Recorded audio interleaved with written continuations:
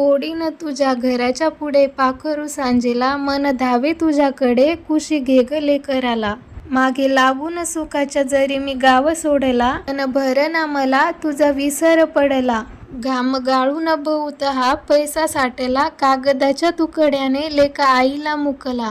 वाटे सगळे सोडून गाव आपला गाठावा, सेवा करताना तुझा देह मातीत मिळावा. हॅलो नमस्कार, कसे आहात सर्वजण? मस्त आहात ना? मस्तच राहा सर्वांना. सर्वप्रथम श्री स्वामी समर्थ. तुम्हा सर्वांना आजचा दिवस खूप छान, आनंदाचा आणि आरोग्यदायी जाओ. मी ही छोटीशी कविता आईविषयी बघितली, मला खूप आवडली. म्हटलं चला तुमच्यासोबत शेअर करूया. तर ही कविता तुम्हाला कशी वाटली कमेंटमध्ये नक्की सांगा. आपण सकाळी उठलो की लगेच कामाला सुरुवात करतो. घर, मुलं, स्वयंपाक सगळं, पण या सगळ्यात आपण स्वतःला विसरून जातो. फक्त 10 ते 15 मिनिटं स्वतःसाठी पण द्यायचे. आंघोळ झाल्यानंतर थोडं शांत बसायचं, एखादं मॉइश्चरायझर लावायचं, आपले केस वगैरे नीट करायचे, स्वतःकडे बघायचं. कारण आपण खुश असलो तरच आपलं घर खुश राहतं. म्हणून उद्यापासून स्वतःसाठी 10 ते 15 मिनिटं नक्की वेळ काढत जा. तर आता माझी आजची रविवारची सुरुवात झालेली आहे. रविवार असो, सोमवार असो किंवा मंगळवार असो, माझी देवपूजा काही संपत नाही. तर माझी देवपूजेची सुरुवात अशीच होते, साफसफाईने.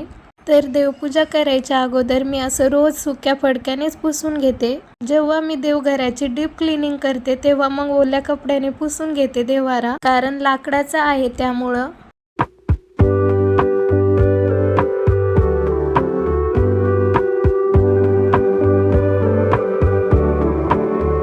तर आज रविवार आहे, आमचं कुलदैवत आहे खंडोबा. तर बऱ्याचशा लोकांचं म्हणजे महाराष्ट्रातील सर्वच जणांचं कुलदैवत हे खंडोबाच आहे. आज मी खंडोबाची पूजा करते रविवारचीच, तर त्यासाठी मी हा टाक बनवून घेतलेला आहे.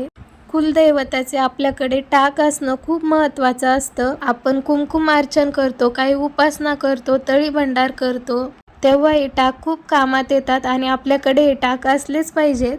तर हा माझा चांदीचा टाक आहे. तर मी तो कसा साफ करते बघा. आपली जी पितांबरी असते तिनेच मी हा साफ करते.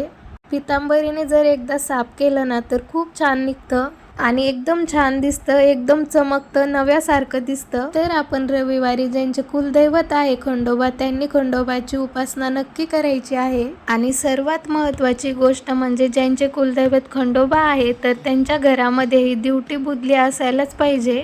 खंडोबा म्हणजे फक्त देवच नाही, तर ते आपल्या घराचे रक्षण करणारे आहेत, संकटात उभे राहणारे. आपण खंडोबाचा फोटो नेहमी घोड्यावरती बसलेला पाहतो, हातात तलवार आणि सोबत बाणाई म्हाळसा. ही प्रतिमा आपल्या ताकदीची आणि धैर्याची आहे. कुलदैवत म्हणजे फक्त परंपरा नाही, तर ते आपल्या पिढ्यानपिढ्याची श्रद्धा आहे. तर रविवारच्या दिवशी काल भैरव अष्टकम स्तोत्र घ्यायचं. तसंच खंडोबाचं पण खंडोबा सप्तशती, मल्हार सप्तशती म्हणून पाठ आहे, ते पण घेतले तर चांगलंच आहे. प्रत्येकाच्या घरामध्ये कुलदैवत, कुलदेवीचे टाक यांचं अस्तित्व असायलाच पाहिजेत. तुम्ही कितीही देवाचं केलं आणि समजा कुलदैवताचं केलंच नाही तर ते तुम्हाला काहीच लागू पडत नाही. आपल्या घरामध्ये नेहमी कटकटी, अशांती, पैशांची चणचण अशा बऱ्याच गोष्टी, जसं काही नात्यांमध्ये प्रॉब्लेम्स येत असतील, तर या सगळ्या गोष्टींसाठी ही खूप महत्त्वाची गोष्ट आहे. तुमचं जे कुलदैवत आहे ना त्याचं मनापासून करणं खूप महत्त्वाचं असतं. म्हणून आपण आपल्या कुलदेवीचं आणि कुलदैवताचं नामस्मरण केलंच पाहिजे. त्यानंतर रविवारच्या दिवशी अजून एक महत्त्वाची गोष्ट म्हणजे आपल्याला सूर्यनारायणाला उपासना द्यायची आहे. तुम्हाला माहितीच आहे की आपल्या आयुष्यामध्ये सूर्यनारायण किती महत्त्वाची भूमिका बजावतात. ते जर एक दिवस नाही आले तर आपल्या पूर्ण सृष्टीचं काय होईल आपण विचारच करू शकत नाही. म्हणून त्यांचे आभार मानण्यासाठी, त्यांची कृतज्ञता व्यक्त करण्यासाठी त्यांना पाण्याचं अर्घ्य द्यायचं आहे. तशी तर मी रोजच सूर्यनारायणाची पूजा करते. सूर्यनारायणाची पूजा करतानाचा व्हिडिओ काढायचा आज विसरले मी, त्यामुळं मग असंच सांगतेय.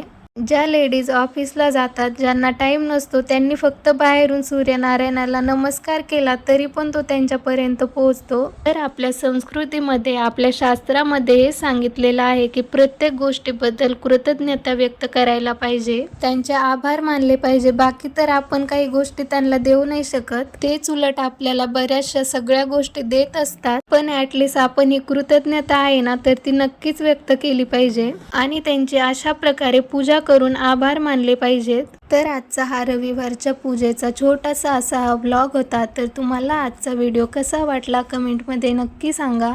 व्हिडिओ जर आवडत असतील तर व्हिडिओला लाईक करा, शेअर करा आणि चॅनलला सबस्क्राईब करा. पुन्हा भेटूया अशाच एका नवीन व्हिडिओमध्ये. तोपर्यंत बाय.